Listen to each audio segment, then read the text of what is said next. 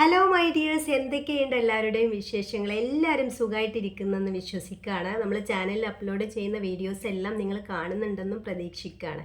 അപ്പോൾ ഇന്ന് നമ്മൾ വളരെയധികം ഇൻട്രസ്റ്റിംഗ് ആയിട്ടുള്ള, എന്നാൽ പലർക്കും അറിയാത്ത, പലരും അറിഞ്ഞിട്ടും അറിയാത്തതുപോലെ പെരുമാറുന്ന ഒരു ടോപ്പിക്കുമായിട്ടാണ് വന്നിട്ടുള്ളത്. നിങ്ങൾ തമ്പനയിൽ കണ്ടതുപോലെ തന്നെ ഗർഭിണികളെ എങ്ങനെ പരിചരിക്കാം എന്നതാണ് ഇന്നത്തെ ഒരു ടോപ്പിക്ക് വരുന്നത്. നമുക്കറിയാം, നമ്മുടെ വീട്ടിലും ചുറ്റുപാടിലും കുടുംബങ്ങളിലെല്ലാം ഒരു ഗർഭിണിയെങ്കിലും ഉണ്ടായിരിക്കും. പക്ഷേ ഈ ഗർഭിണികൾക്ക് വേണ്ടത്ര പരിചരണം, അവർക്ക് നൽകേണ്ടുന്ന പരിചരണങ്ങൾ നമ്മൾ പ്രോപ്പറായിട്ട് നൽകുന്നുണ്ടോ എന്നതിലൊരു സംശയം ഉണ്ടായിരിക്കും അല്ലേ? സാധാരണ നമ്മൾ ഇതിനു വേണ്ടിയിട്ട് ഒരു വാക്ക് ഉപയോഗിക്കാറുണ്ട്: ഗർഭാവസ്ഥ ഒരു രോഗമല്ല, ഞങ്ങളും കുറേ പ്രസവിച്ചതാണ്, ഞങ്ങളും ഇതെത്ര കണ്ടതാണ്, ഞാൻ 10 പെറ്റതാണ്, ഞാൻ 8 പെറ്റതാണ് എന്നുള്ള പതിവ് സംസാരങ്ങൾ നമ്മൾ കേൾക്കാറുണ്ട്. പക്ഷേ നമ്മുടെ ഈ മാതൃത്വം എന്ന് പറയുന്നത് വളരെയധികം പ്യുവറായിട്ടുള്ള ഒരു സംഭവം തന്നെയാണ്. ആ ഒരു മാതൃത്വത്തിലിരിക്കുന്ന ഒരു പ്രഗ്നൻ്റ് ആയിട്ടുള്ള ഒരു ലേഡിയെ സംബന്ധിച്ച് അവരവരെ ജീവിതത്തിൽ അനുഭവിക്കുന്ന ഏറ്റവും നല്ല ഒരു കാലഘട്ടമായിരിക്കും ഇത്. പക്ഷേ പലപ്പോഴും നമ്മുടെ കുടുംബങ്ങളിൽ നിന്നും സമൂഹത്തിൽ നിന്നും ഈ ഗർഭിണികൾക്ക് വേണ്ടത്ര നല്ല രീതിയിലുള്ള പരിചരണങ്ങൾ ലഭിക്കാറില്ല എന്നത് സത്യസന്ധമായിട്ടുള്ള കാര്യമാണ്. ഇന്നിപ്പോൾ കാലം കുറച്ച് പുരോഗമിച്ചു, മാറ്റങ്ങളെല്ലാം വന്നിട്ടുണ്ട്. പക്ഷേ ഇന്നും ഈ ഗർഭിണികളെ വേണ്ടത്ര രീതിയിൽ പരിഗണിക്കാത്ത, പരിചരിക്കാത്ത വീടുകൾ, അതുപോലെ തന്നെ പാർട്ട്നേഴ്സ് എല്ലാം ഉണ്ട്. അത് സത്യസന്ധമായിട്ടുള്ള ഒരു കാര്യം തന്നെയാണ്. അപ്പോൾ ഏതെല്ലാം രീതിയിൽ നമുക്ക് ഗർഭിണികളെ പരിചരിക്കാം എന്നതിനെ കുറിച്ചിട്ടാണ് ഇന്ന് പറയുന്നത്. പ്രധാനമായിട്ടും 5 പോയിന്റ്സാണ് ഞാൻ ഇവിടെ ഷെയർ ചെയ്യാൻ ആഗ്രഹിക്കുന്നത്. ഓക്കെ, ഫസ്റ്റത്തെ പോയിന്റ് എന്താണെന്ന് നോക്കാം. ഫസ്റ്റത്തെ പോയിന്റ് സമാധാനപരമായ ഒരു അന്തരീക്ഷം എന്നതാണ്. അതായത് ഗർഭിണികൾ ആഗ്രഹിക്കുന്നത്, മുമ്പത്തെ വീഡിയോയിലെല്ലാം നമ്മൾ പറഞ്ഞിട്ടുണ്ട്, നമ്മൾ എന്താണോ കേൾക്കുന്നത്, നമ്മൾ എന്താണോ മറ്റുള്ളവരിൽ നിന്നും അനുഭവിക്കുന്നത്, അതെല്ലാമായിരിക്കും നമ്മുടെ നാളെകളെ തീരുമാനിക്കുന്നത്. അപ്പം നിങ്ങളൊന്ന് ചിന്തിച്ച് നോക്കൂ, ഒരു ഗർഭിണിയായിട്ടുള്ള ഒരു വ്യക്തിക്ക് നല്ല വാക്കുകളല്ല, നല്ല സമാധാനപരമായിട്ടുള്ള അന്തരീക്ഷമല്ല ലഭിക്കുന്നത് എങ്കിൽ നാളെ പിറക്കാനിരിക്കുന്ന ഈ കുട്ടിയെ അത് തികച്ചും നെഗറ്റീവായിട്ട് ബാധിക്കില്ലേ? നിങ്ങളൊന്ന് ചിന്തിച്ച് നോക്കൂ കേട്ടോ.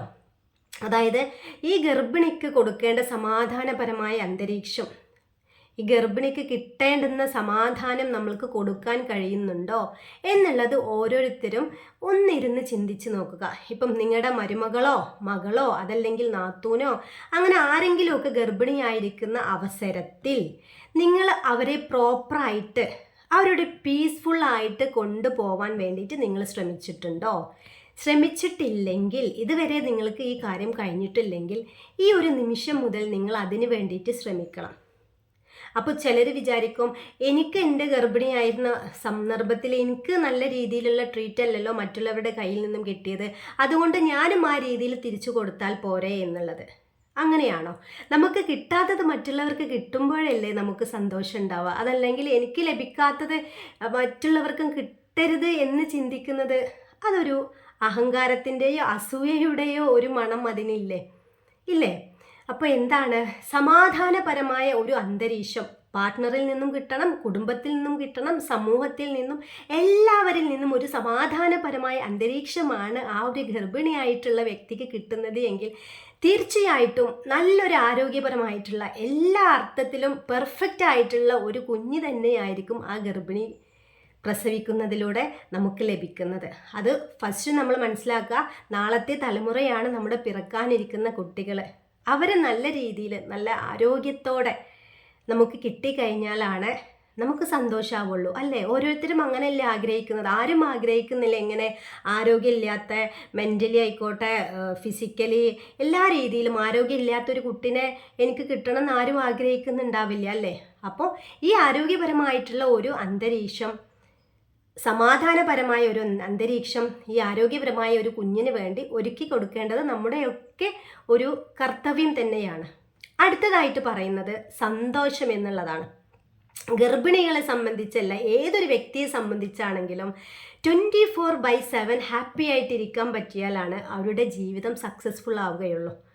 അപ്പോൾ ഗർഭിണിയെ സംബന്ധിച്ചും എല്ലാ അർത്ഥത്തിലും സന്തോഷത്തോടെയുള്ള ഒരു ജീവിതമായിരിക്കണം ഈ ഗർഭകാലഘട്ടത്തിൽ അവർക്ക് ലഭിക്കേണ്ടത്. ഈ സന്തോഷം നമുക്ക് കൊടുക്കാൻ കഴിയുന്നുണ്ടോ? പരമാവധി എങ്ങനെ ഗർഭിണിയെ വിഷമിപ്പിക്കാം എന്നതായിരിക്കും പലരും ചിന്തിക്കുന്നത്. ചില അമ്മമാരും നാത്തൂന്മാരും അമ്മായിമാരും അനിയത്തിമാരും ജ്യേഷ്ഠത്തിമാരും ഇളച്ചിമാരും മൂത്തച്ചിമാരും എല്ലാവരും ചിന്തിക്കുന്നത് പരമാവധി എങ്ങനെ അവർക്ക് സന്തോഷം ഇല്ലാതാക്കാം എന്നുള്ളതാണ്. അല്ലേ? അങ്ങനെയും ചിന്തിക്കാത്ത ആളുകളുണ്ട് കേട്ടോ. അങ്ങനെയും ചിന്തിക്കാത്ത ആളുകളുണ്ട്. അവരെ പറയല്ല. ഒട്ടുമിക്ക നമ്മൾ ഈ കോച്ചിങ് സെഷനിലൊക്കെ വരുമ്പോൾ പല ഗർഭിണികളും പറയുന്നത് കേട്ടുമ്പോൾ നമുക്ക് തന്നെ ഭയങ്കരമായിട്ട് എന്തോ ഒരു പ്രയാസം തോന്നിപ്പോവും. മനഃപൂർവ്വം ദ്രോഹിക്കാനായിട്ട് നിൽക്കുന്ന ഒരുപാട് വ്യക്തികൾ നമ്മുടെ സമൂഹത്തിലുണ്ട്. എന്തെങ്കിലും പറഞ്ഞ് ഗർഭിണികളുടെ സന്തോഷം ഇല്ലാതാക്കുക എന്ന ഒരൊറ്റ ലക്ഷ്യത്തിൽ മാത്രം ജീവിക്കുന്ന എത്രയോ ആളുകളുണ്ട്. അപ്പോൾ അതൊന്ന് സ്റ്റോപ്പ് ചെയ്തിട്ട് ഗർഭിണിയെ സന്തോഷത്തിലിരിക്കാൻ വേണ്ടിയിട്ട് നിങ്ങൾ പരമാവധി അവർക്ക് സന്തോഷം കൊടുക്കാൻ വേണ്ടിയിട്ട് നിങ്ങൾ എന്ത് ചെയ്യുക? അവരുടെ കൂടെ അവരെ സപ്പോർട്ട് ചെയ്ത്, നമുക്കറിയാം ഓരോ ട്രൈമസ്റ്ററിലും ഓരോ ചിന്തകളും മൂഡ് സ്വിങ്സും എല്ലാം ആയിരിക്കും. അപ്പോൾ പ്രോപ്പറായിട്ട് സന്തോഷത്തോടെ ആ വ്യക്തിക്ക് ഒറ്റയ്ക്ക് ഇരിക്കാൻ പറ്റില്ല. അപ്പോൾ എന്താണ്, നിങ്ങളുടെ ഭാഗത്ത് നിന്നുള്ള എല്ലാ സപ്പോർട്ടുകളും, സന്തോഷത്തോടെ ഇരിക്കാനുള്ള എല്ലാ സപ്പോർട്ടുകളും അവർക്ക് കൊടുക്കേണ്ടതുണ്ട്. ഓക്കെ, നെക്സ്റ്റ് വരുന്നത് ഒരു ഹെൽത്തി ഫുഡ് ഹാബിറ്റ്സ്, ഒരു ഹെൽത്തി ഫുഡ് റുട്ടീൻ ഫോളോ ചെയ്യുക എന്നുള്ളതാണ്. അവർക്ക് കൊടുക്കുന്ന ഭക്ഷണം ഹെൽത്തി ആയിരിക്കാൻ വേണ്ടിയിട്ട് പ്രത്യേകം ശ്രദ്ധിക്കുക. അതോടൊപ്പം തന്നെ ബാലൻസ്ഡ് ഡയറ്റ്, എല്ലാ ഭക്ഷണങ്ങളും അടങ്ങിയിട്ടുള്ള ബാലൻസ്ഡ് ഡയറ്റ് അവർക്ക് വേണ്ടിയിട്ട് പ്രത്യേകം നിങ്ങൾ കൊടുക്കാൻ വേണ്ടിയിട്ട് ശ്രദ്ധിക്കുക. പിന്നെ അവർക്കൊരു കംഫേർട്ട് സോൺ ഉണ്ടാവും. ഇപ്പോൾ ഗർഭിണിയെ സംബന്ധിച്ച് അവർക്കിപ്പോൾ അവരുടെ സ്വന്തം വീട്ടിലോ അല്ലെങ്കിൽ ഹസ്ബൻഡിൻ്റെ വീട്ടിലോ ഏതാണ് അവരുടെ ഒരു കംഫേർട്ട് എന്ന് പറയുന്നത്, ആ ഒരു കംഫേർട്ടിൽ അവരെ അത്രയും കാലഘട്ടം, ആ ഗർഭാവസ്ഥയിലിരിക്കുന്ന കാലഘട്ടം ആ കംഫേർട്ടിൽ അവരെ ജീവിക്കാൻ അനുവദിക്കുക എന്നുള്ളതാണ്. ഇപ്പോൾ ഫസ്റ്റ് ട്രൈമസ്റ്ററിലൊക്കെ ചിലപ്പോൾ ചില മണങ്ങളൊന്നും പറ്റുണ്ടാവില്ല, അങ്ങനത്തെ കാര്യങ്ങളെല്ലാം ഉണ്ടായിരിക്കും. അപ്പോൾ പാർട്ട്ണറുടെ സ്മെല്ല്, അവരുപയോഗിക്കുന്ന സ്പ്രേയുടെ സ്മെല്ല് അതൊന്നും പറ്റുണ്ടാവില്ല. പക്ഷെ എന്നിട്ടും ഈ വ്യക്തിയെ അവിടെ പിടിച്ചു വെക്കും. അവളുടെ വീട്ടിൽ പോവരുത് എന്നുള്ള ഒരൊറ്റ വാശിപ്പുറത്ത് ആ കുട്ടിയെ ആ വീട്ടിൽ പിടിച്ചു വെച്ചിട്ടുള്ള എത്രയോ കാര്യങ്ങൾ നമ്മൾ കാണുന്നുണ്ട്. അതായത് അവൾക്ക് സന്തോഷം കിട്ടരുത്, അവൾ അങ്ങനെയാണ് പോയാൽ എങ്ങനെയാണ്. പക്ഷെ ആ ഒരു വ്യക്തിയെ സംബന്ധിച്ച് അത്രയും ബുദ്ധിമുട്ട് അനുഭവിക്കുന്ന ഒരു സമയമാണ്. നമുക്കറിയാലോ, ഛർദി, ഓക്കാനം, മൂഡ് സ്വിങ്സ് എല്ലാം. അപ്പോൾ ആ ഒരു കംഫേർട്ട്, അവർക്ക് എവിടെയാണോ കംഫേർട്ട്, ആ ഒരു കംഫേർട്ടിനകത്ത് ജീവിക്കാൻ വേണ്ടിയിട്ട് വേണം ശ്രദ്ധിക്കാൻ വേണ്ടിയിട്ട്. പിന്നെ അടുത്തൊരു പോയിന്റ് എന്ന് പറയുന്നത്, ഗർഭിണികൾക്ക് റെസ്റ്റ് പറഞ്ഞിട്ടുണ്ടെങ്കിൽ, അത് ഡോക്ടേഴ്സ് നിർബന്ധമായിട്ടും റെസ്റ്റ് പറഞ്ഞിട്ടുണ്ട് എങ്കിൽ ആ റെസ്റ്റിന് അവരെ അനുവദിക്കുക എന്നുള്ളത് തന്നെയാണ്. ഇപ്പോൾ ഫസ്റ്റ് പ്രഗ്നൻസിയിലൊക്കെ റെസ്റ്റ് ആണെങ്കിൽ പ്രശ്നമൊന്നുമില്ല. പക്ഷെ 2ഉം 3ഉം പ്രഗ്നൻസി ഒക്കെ ആണെങ്കിൽ ചിലപ്പോൾ നമുക്ക് റെസ്റ്റ് എടുക്കാനൊന്നും പറ്റിക്കൊള്ളണമെന്നില്ല. എന്നാലും മറ്റുള്ളവരുടെ ഒരു സപ്പോർട്ട് ഈ ഒരു സമയത്തും അവർക്ക് ലഭിക്കേണ്ടതുണ്ട്. ഓക്കെ, അപ്പോൾ റെസ്റ്റ് എടുക്കുക എന്ന് പറഞ്ഞാൽ ചില ആളുകൾ പറയും, അത് ഡോക്ടർ വെറുതെ പറയാണ് റെസ്റ്റ് എടുക്കാൻ. നമ്മൾ ഈ ഗർഭിണിയായിരിക്കുന്ന സമയത്ത് ഒരുപാട് കോംപ്ലിക്കേഷൻസിലൂടെ കടന്നു പോകുന്ന വ്യക്തികളുണ്ടായിരിക്കും. എനിക്കത് പ്രത്യേകിച്ച് പറയാൻ കാരണം ഞാൻ അത്തരം ഒരു കോംപ്ലിക്കേഷനിലൂടെ 2 ഗർഭാവസ്ഥയിലും വന്നൊരു വ്യക്തിയാണ്. അപ്പോഴും എനിക്കും മറ്റുള്ളവരിൽ നിന്ന് കേട്ടിട്ടുള്ളത് എന്താണ്, അതിപ്പോൾ വെറുതെ പറഞ്ഞതായിരിക്കും ഡോക്ടർ, റെസ്റ്റ് അത് അതിന് ഈവൻ നമ്മുടെ ഫാമിലിയിൽപ്പെട്ട ആളുകൾ വരെ പറഞ്ഞിട്ടുണ്ട്, എന്ത് ഗർഭാവസ്ഥ ഒരു രോഗമല്ല. എവിടെ നമ്മളിവിടെ 3-ാം മാസത്തിലും 4-ാം മാസത്തിലൊക്കെ പ്രസവ വേദന വന്ന ആ വേദന സഹിച്ച് കണ്ണിൽ നിന്ന് കണ്ണീര് ധാരയായിട്ട് ഒഴുകുന്ന സമയത്താണ് നമ്മളടുത്ത് പറയുന്നത് എന്ത്, ഗർഭാവസ്ഥ ഒരു രോഗമല്ല എന്ന്. അതെ, ഗർഭാവസ്ഥ ഒരു രോഗമല്ല, നമുക്കറിയാം. പക്ഷേ ഈ രീതിയിൽ നമ്മളെ തളർത്തുകയും നമുക്ക് വേണ്ട സപ്പോർട്ട് തരാതിരിക്കുകയും ചെയ്യുന്ന വ്യക്തികളുണ്ട് എന്നുള്ളത് എനിക്ക് എൻ്റെ പേഴ്സണൽ ലൈഫ് കൊണ്ട് എനിക്കറിയാം, മറ്റുള്ളവർ പറഞ്ഞത് കൊണ്ടും എനിക്കറിയാം. അതുകൊണ്ടാണ് ഇപ്പോൾ ഞാൻ ഇങ്ങനെ ഒരു വീഡിയോ നിങ്ങൾക്ക് മുമ്പിൽ ചെയ്യാൻ ഉദ്ദേശിച്ചിട്ടുള്ളത്. ചില ബിരുദന്മാരായ അമ്മമാരുണ്ടാവും, മോൾക്ക് റെസ്റ്റ് ഒന്നും പറഞ്ഞിട്ടുണ്ടാവില്ല, പക്ഷേ ഡോക്ടറെ കൊണ്ട് റെസ്റ്റ് പറയിപ്പിക്കും. അങ്ങനെ നിന്ന് കൊടുക്കുന്ന ചില ഡോക്ടേഴ്സ് ഉണ്ടോയെന്ന് എനിക്കറിയില്ല കേട്ടോ, അങ്ങനെയും പറഞ്ഞു കേൾക്കാം. അപ്പോൾ എന്താണ്, ഒരു ഗർഭിണിക്ക് റെസ്റ്റ് പറയുന്നുണ്ടെങ്കിൽ അതിന് പ്രോപ്പറായിട്ടുള്ള കാരണങ്ങളുണ്ടാവും. അത്രയും ഡീറ്റെയിൽഡ് ആയിട്ട് പറഞ്ഞു തരാൻ ഞാൻ ഗൈനക്കോളജിസ്റ്റ് ഒന്നും അല്ലേ. അപ്പോൾ അത്രയും പ്രോബ്ലംസ് ഉള്ള സമയത്ത് ഈ ഒരു വ്യക്തിക്ക് റെസ്റ്റ് പറഞ്ഞിട്ടുണ്ട് എങ്കിൽ നിർബന്ധമായിട്ടും അത് റെസ്റ്റ് എടുക്കൽ അത്യാവശ്യമാണ്. ഇപ്പം മുൻ ഗർഭത്തിലൊക്കെ എന്തെങ്കിലും ഇഷ്യൂ ഉള്ളവർക്ക്, അതല്ലെങ്കിൽ ഇതുപോലെ എന്നെപ്പോലെ ഇങ്ങനെ ചെറിയ അതായത് 3-4 മാസത്തിൽ തന്നെ പിന്നെ ലേബർ പെയിൻ വരുന്നവർക്ക്, ബ്ലീഡിങ്ങിൻ്റെ പ്രോബ്ലം ഉള്ളവർക്ക്, അങ്ങനെയുള്ളവർക്കൊക്കെ റെസ്റ്റ് പറയും. അപ്പോൾ ആ പ്രോപ്പറായിട്ട് ആ റെസ്റ്റ് കുട്ടിക്ക് കിട്ടണം, ആ ഗർഭിണിക്ക് പ്രോപ്പറായിട്ടുള്ള റെസ്റ്റ് കിട്ടണം എന്ന് ചിന്തിക്കണം. ആ റെസ്റ്റ് അവൾക്ക് കൊടുക്കുകയും വേണം. അതല്ലാണ്ട് ഞങ്ങളൊക്കെ ഗർഭിണിയായിരുന്ന സമയത്ത് ചില പ്രായമുള്ള ആൾക്കാർ പറയും ഇങ്ങനെ വെള്ളം കോരുന്നതിൻ്റെ ഇടയിലാണ് ഞങ്ങൾ പോയി പ്രസവിച്ചത്, അല്ലെങ്കിൽ അരി കുത്തുന്നതിൻ്റെ ഇടയിലാണ് പ്രസവിച്ചത്. ആ കാലമൊന്നുമല്ല ഇന്ന്. അങ്ങനെയുള്ളവരുണ്ടാവട്ടെ, ഇവിടുന്ന് വന്നിട്ട് അപ്പുറത്ത് പോയി പ്രസവിച്ച് അങ്ങനെ ഉണ്ടായിക്കോട്ടെ, അതിന് നമ്മൾ വേണ്ടാന്നൊന്നും പറയുന്നില്ല. പക്ഷേ റെസ്റ്റ് പറഞ്ഞിട്ടുണ്ടെങ്കിൽ, പ്രോപ്പർ റെസ്റ്റ് പറഞ്ഞിട്ടുണ്ടെങ്കിൽ അത് ഫോളോ ചെയ്തേ പറ്റുള്ളൂ.